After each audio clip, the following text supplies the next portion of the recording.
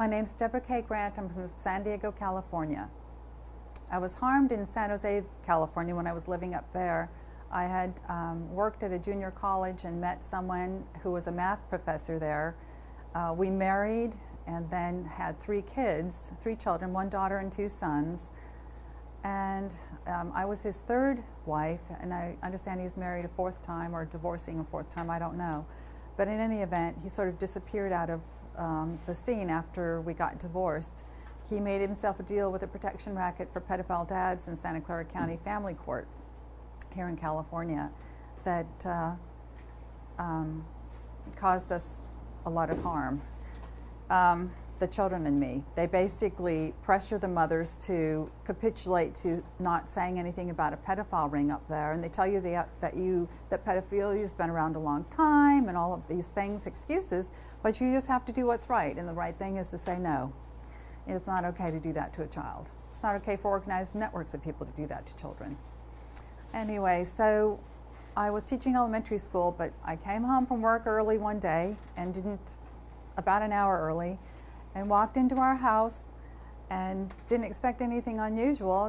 I don't think my ex-husband was expecting me home early. Walked in on, didn't see anybody, walked into the bathroom and found him molesting our daughter in the tub. He had my daughter's 5-year-old hand on his penis, his erect penis. And he saw me, jumped out of the tub, ran past me, and later told me that if I divorced him, I'd be putting a gun to my head.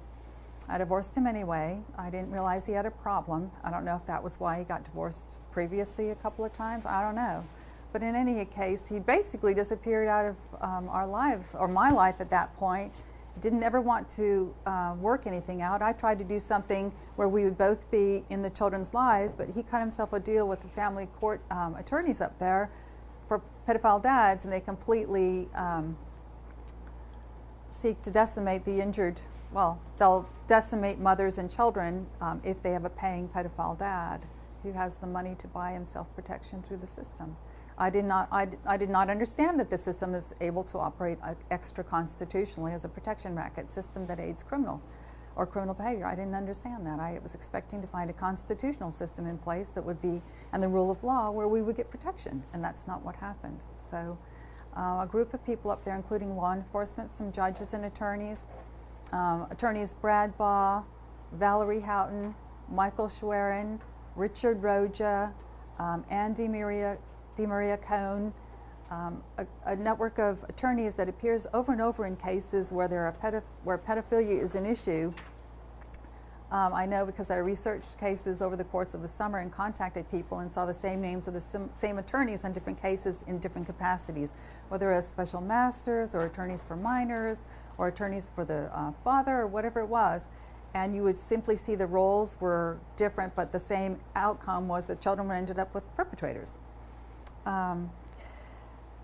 Nothing I did there could get the people in the who hold judgeships to enforce the law. They refused to, and basically they told me outside the court that I had to go along with what they wanted, and actually law enforcement came and said, you need to pay these people. I paid into the network of people as best I could through the attorneys, which hiring my attorney, but he ended up working for my ex-husband, and in the end he said, after he took all my money, he said, your life is over, and told me how much he could hire somebody to, like a hitman for, and scared the heck out of me, and that was, and I was left decimated. And then subsequent to that, in my workplace where I was teaching, someone broke the classroom window, and I got harassment there. Ended up, basically what happens is if you leave an abusive relationship, or one where you discover that that there's a sex perp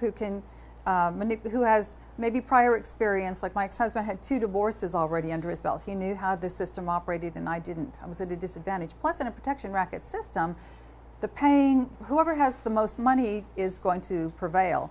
A lot of times women don't make as much money, and that's a disadvantage. I couldn't buy protection for my kids. I didn't even know you had to. I didn't even know the arena I was dealing in. So in any event, a group of perpetrators then came into my life, and I suffered attempted murder.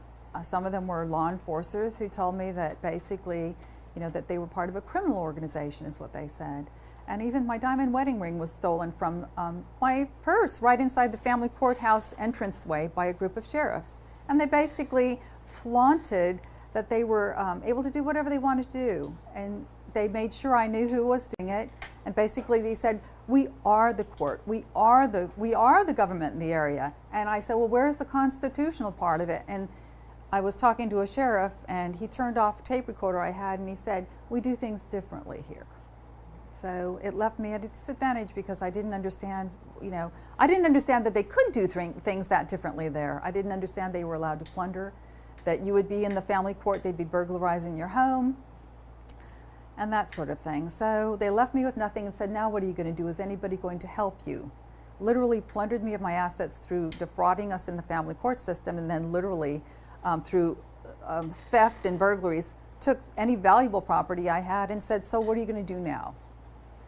And is anyone going to help you? So I came back down to San Diego because my parents were living here, and this is where I grew up, and left with nothing. Basically, they marginalize people that they have victimized, the network of criminals up there, and then they leave you with no redress. And if you go anywhere in the local law enforcement, they say, well, you have to go back and work it out with the people up there. Well, that's sending the victims back to the people that actually did the injuries. There's no justice in that. There's no hope for justice in that. So it leaves you without any means to redress, and you end up just outside trying to survive, and they keep you from working, and if you do work, they have an illegal or unconstitutional court order that takes your money, and then they'll have people come and say, well, how are you doing now? As you can't get a job and work and get the money, they'll send it to the people that tried to murder you up there instead of you getting it. And then you're outside, you have to sit there and beg for money with a sign, or, you know, I don't know how else anybody else is managing, and I've been petitioning for redress because I figure that's the only way to get out of the situation, because I'm not going to capitulate to saying that it was okay for them to kidnap my children and destroy their childhoods as they did. You know, and I wanted to say, when I was up in San Jose, in Barnes & Noble bookstore, for example, this is one way the perps operated, was some men would come in, and I'd be reading in someplace. They'd wait till I was kind of secluded, alone, and someone would, maybe a gentleman would come and sit next to me and say, well, you know, how do you feel about the fact that we're causing your daughter to be sexually molested? As her mother, does that make you upset? Does it make you angry? You know, how does that make you feel?